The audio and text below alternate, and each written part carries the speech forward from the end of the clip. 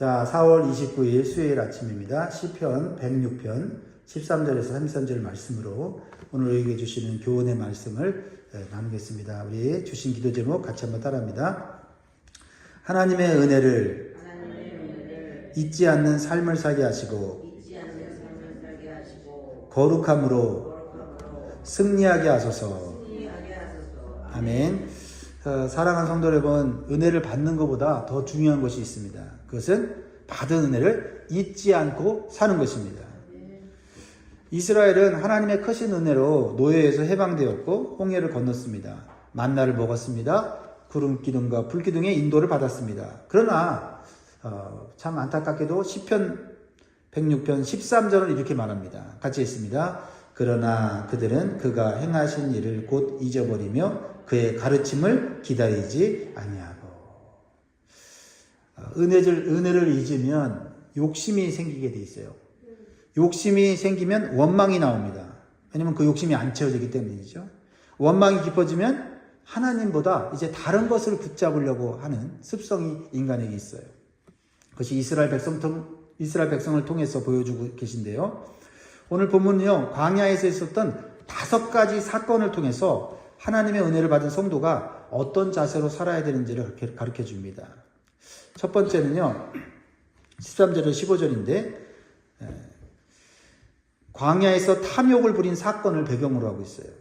자, 이 말씀을 통해서 우리에게 준 교훈은요, 하나님의 은혜를 받은 성도는 욕심보다는 하나님의 뜻을 기다려야 된다는 교훈을 주고 있어요. 이스라엘은 광야에서 뭘 먹었죠? 만나를 먹었습니다. 만나는 단순한 음식이 아니에요. 하나님의 돌보심의 확실한 증거였습니다. 그런데 그들은 그 만나로 만족을 하지 못했어요. 그래서 고기를 달라고 원망했습니다. 사실 원망할 게 아니라 기도하면 받을 수 있는데 원망했다는 거죠. 그래서 14절 말씀 보세요. 14절에 광야에서 욕심을 크게 내며 사막에서 하나님을 시험하였도다. 문제는 배고픔이 아니었다는 거죠. 문제는 하나님보다 자기 욕망이 앞선 것입니다. 그러자 하나님은 그들이 요구한 것을 주셨어요. 하지만 그들의 영혼이 쇠약해졌다. 이렇게 말씀하고 있어요. 하나님은 원하시는 것을 우리에게 주십니다. 그래서 감사로 받으면 우리의 영혼이 강건해져요. 근데 우리가 원망으로 욕심으로 구하면 하나님께서 주시기는 해요 또. 근데 그 문제는 뭐냐면 영혼이 약해진다. 자, 15절 보세요. 놀라운 말씀이죠. 그러므로 여호와께서는 그들이 요구한 것을 그들에게 주셨을지라도 그들의 영혼은 쇠약하게 하셨도다. 무서운 말씀이에요. 원하는 것을 얻었는데 영혼은 병들 수 있다는 거죠. 그러니까 우리가 막 구해갖고 내 뜻대로 다 받았다고 해서 그게 복이 아니에요. 그렇죠? 예, 복이 아닙니다. 하나님은 우리가 필요한 것은 다 주십니다. 그러나 우리가 욕심으로 구하는 것은 주시지 않으세요. 그러나 너무 막 땡깡을 부리고 막 이러면 어떡할까요? 애가 땡깡을 부리면서 바닥에 뒹굴 놓으면 원하지 않지만 주잖아요. 근데 그게 그 아이에게 좋은 것은 아니잖아요. 그런 것이 있는 거죠. 그래서 성도는 필요한 것을 구할 수 있어야 합니다. 그러나 욕심이 하나님의 뜻보다 앞서서는 안 됩니다. 기도는 하나님을 움직여 내 뜻을 구하는 도구가 아니라 내 뜻을 하나님의 뜻 앞에 내려놓는 자리인 줄 믿습니다. 사랑하는 성도 여러분, 급한 마음으로 하나님보다 앞서가지 마십시오. 욕심이 생길수록 말씀 앞에 멈추시기 바랍니다. 그리고 하나님의 뜻을 발견하시기를 바랍니다. 하나님께서 여러분의 마음을 다스리셔서 욕심이 아니라 말씀을 기다리는 믿음의 사람이 되게 하시기를 축복합니다. 자, 두 번째 말씀은요, 16절에 18절인데 고라의 반역 사건을 배경으로 하고 있죠. 아시죠? 고라와 다단과 아비람이 반역했던 사건. 그래서 땅이 갈라져서 죽은 사건이 있지 않습니까? 자, 여기서 우리에게 보여주는 교훈은 은혜를 받은 성도는요, 시기보다 하나님의 세우신 질서를 존중한다라는 것입니다. 이 시기가, 질투가 무서워요. 자, 16절 보세요. 그들이 진영에서 모세와 여호와의 거룩한 자 아론을 질투하며. 아론과 모세를 질투했다. 자기들만 최고의 지도자리에 오르는가? 우리도 그럴 만한 자격이 있어 라고 비교하면서 시기하고 질투했다는 거죠. 근데요, 겉으로 보기에는 지도자에 대한 시기와 불만처럼 보였지만 실제로는 하나님께서 세우신 질서에 대한 불만과 반역이었어요. 하나님이 세우신 거거든요. 못났든 잘났든 하나님이 세우셔서 사용하시면 하나님께서 힘 주시고 능력 주시고 지혜를 주시는 거예요. 그 하나님이 세우신 질서거든요. 그런데 인간적인 관점에서 내가 모세처럼 지도자 될 수 있는데, 아론처럼 대제사장 될 수 있는데 왜 우리는 맨날 성전에서 기구를 옮기고 제사를 돕는 일만 해야 되는가 하면서 이 고라의 자손들이 불만을 가졌다는 거죠. 시기심은 공동체를 무너뜨립니다. 시기심은 다른 사람의 은혜를 축복으로 보지 못하고 위협으로 보게 만들어요. 교회 안에서도 그렇습니다. 누군가 귀하게 쓰임 받을 때 함께 기뻐하지 못하면 마음속에 고라의 씨앗이 자랄 수 있다는 겁니다. 결코 공동체의 축복을 가져오는 모습은 아니다라는 겁니다. 하나님이 세우신 사람을 무너뜨리는 것은 결국 하나님이 세우신 질서를 흔드는 일이 된다라는 거죠.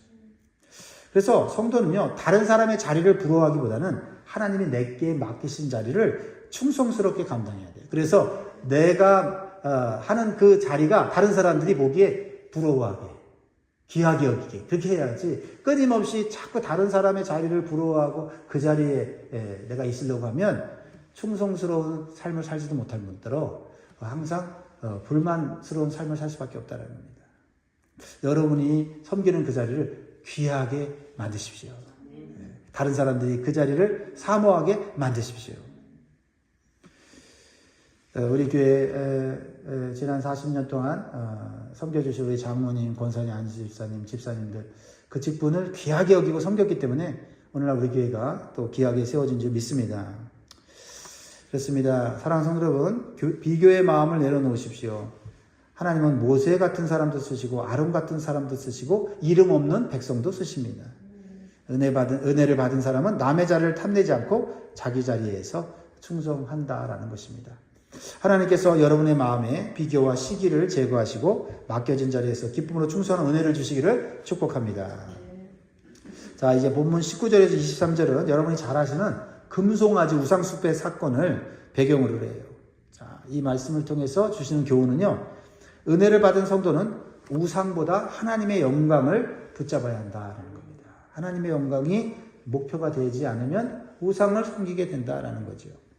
이스라엘 백성들은요, 호렙산 아래에서 금송아지를 만들었어요. 그리고 그것을 경배했습니다. 20절 보세요. 19절 20절 보면 그들이 호렙에서 송아지를 만들고 부어 만든 우상을 경배하여 자기 영광을 풀먹는 소의 형상으로 만들었도다 라고 말하고 있습니다. 이 말씀은 참 충격적인 말씀이죠. 하나님의 영광을 고작 풀먹는 소의 형상으로 바꿨다라는 거죠. 하나님을 눈에 보이는 형상으로 만들려다 보니까 어떻게 됩니까? 결국 하나님을 정말 하찮은 그러한 형상으로 만들게 됐다라는 겁니다. 하나님께서 눈에 보이는 형상을 만들지 말라는 것은 우리가 아무리 멋지게 화려하게 만들어도 하나님의 영광에는 못 미쳐요. 그러니까 만들면 그건 우상이 되는 것이죠.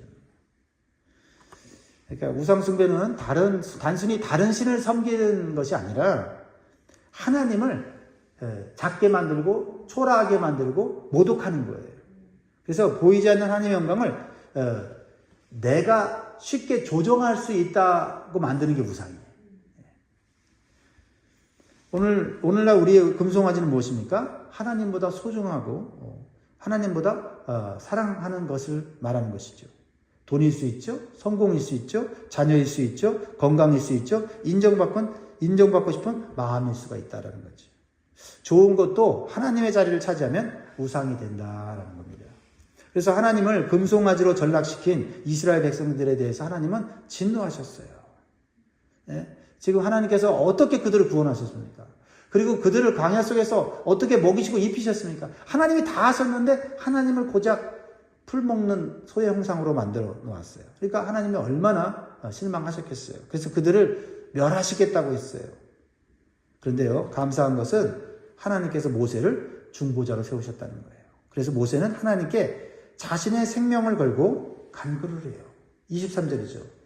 그러므로 여호와께서 그들을 멸하려 하셨으나 그가 택하신 모세가 그 어려운 가운데서 그의 앞에 서서 그의 노를 돌이켜 멸하시지 아니하게 하였도다. 이스라엘 백성들은 수없이 그 불순종으로 인하여 멸망당할 민족이에요. 그런데 하나님이 모세와 같은 중보자를 세우셔서 그때마다 하나님께서 그들을 용서하셨죠. 그렇습니다. 이 모세의 모습은 오늘날 중보자이신 예수 그리스도를 상징하는 거죠. 그렇죠? 모세는 완벽한 사람은 아니었지만 예수 그리스도의 역할을 보여주는 그림자예요, 그림자. 우리도 수도 없이 죄로 인해 멸망당할 수밖에 없는데 예수님이 우리를 위해서 십자가에서 돌아가시면서 저들의 죄를 용서해 주옵소서 하고 중보기도를 했기 때문에 우리가 지금 이 자리에 있는 거예요. 우리는 그리스도 때문에 살게 되었습니다. 사랑하는 성도 여러분, 하나님보다 더 의지하는 것이 있다면 내려놓으십시오. 은혜 받은 성도는 우상을 붙드는 사람이 아니라 하나님의 영광을 가장 최고로 여기는 사람인 줄 믿습니다.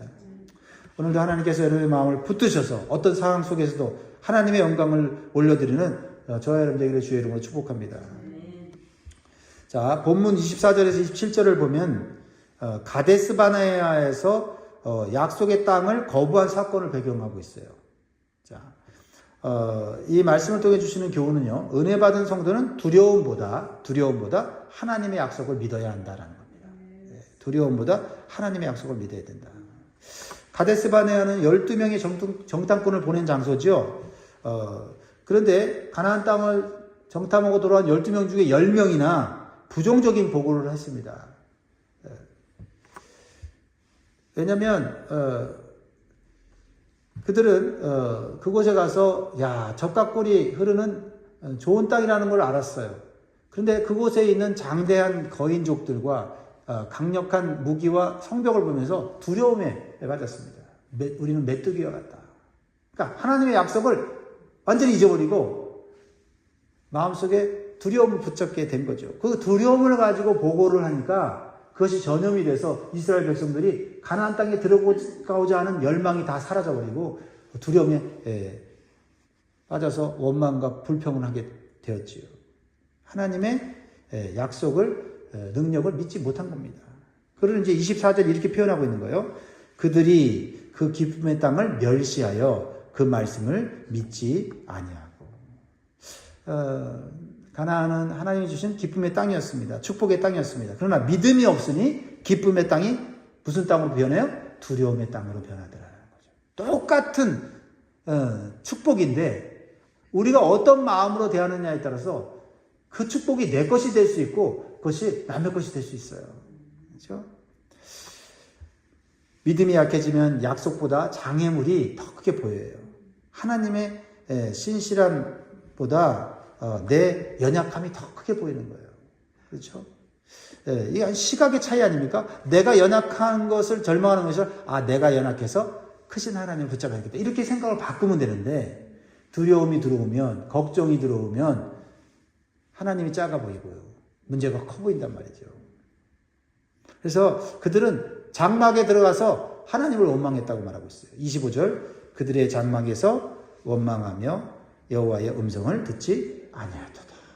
장막에 앉아서 걱정 근심하고 이 집안에 들어 처박혀갖고 한숨 쉬고 있으니 뭐가 됩니까? 하나님의 음성을 들으려고 하면 그 음성 듣고 힘이 날 텐데, 그렇죠? 여러분 정말 두려움이 찾아오고 걱정이 찾아오고 불안이 찾아올 때 다시 한번 생각하세요. 내가 누구의 음성을 들어야 되는가? 누구의 말씀을 들어야 되겠는가? 그래서 여러분 오늘도 여러분 믿음을 굳건히 하셔서 환경이 아니라 말씀의 약속을 붙잡고 한 걸음 한 걸음 담대히 나아가시기를 주의 이름으로 축복합니다.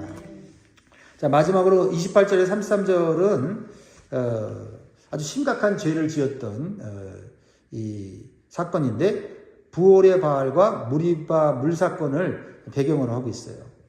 자, 이 말씀이 주는 교훈은 뭐냐면 은혜 받은 성도는요 세상과 연합하지 말고 거룩함을 지켜야 한다라는 겁니다.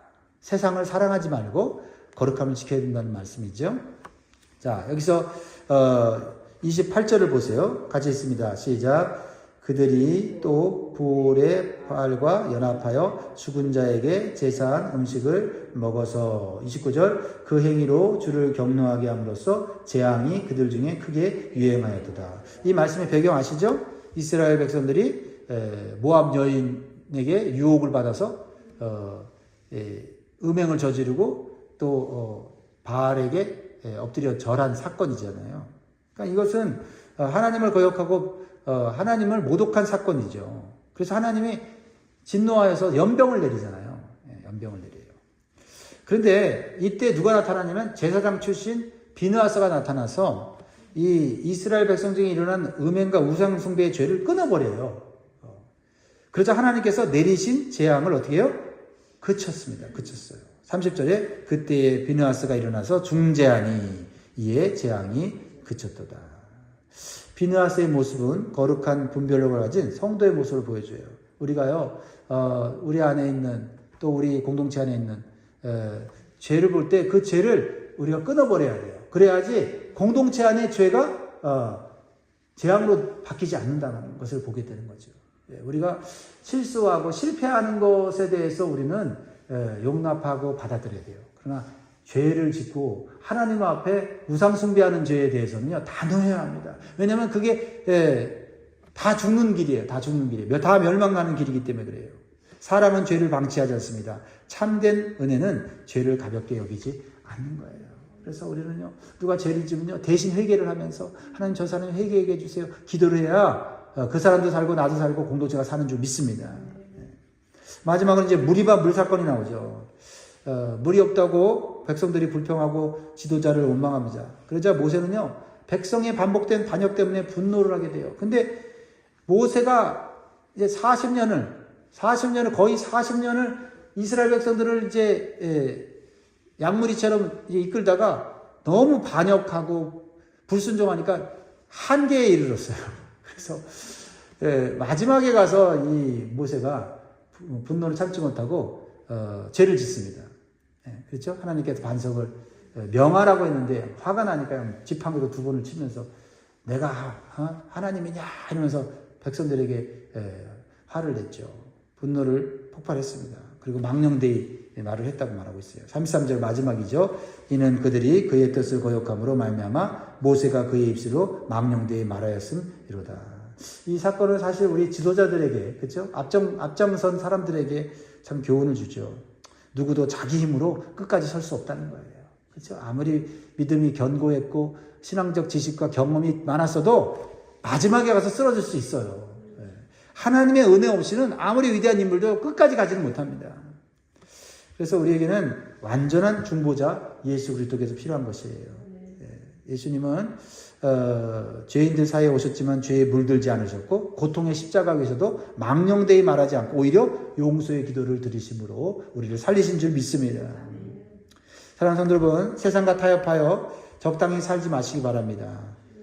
깨끗한 삶으로 하나님께 영광 돌리시기를 주의 이름으로 축복합니다. 말씀 맺겠습니다. 사랑하는 성도 여러분, 은혜를 잊지 않는 사람은 끝까지 믿음을 지키지만 은혜를 잊는 사람은 순간 인생이 무너져요. 그러므로 하나님의 은혜를 끝까지 기억하며 믿음으로 승리하는 저 여러분 되기를 주의 이름으로 축원드립니다. 기도하겠습니다.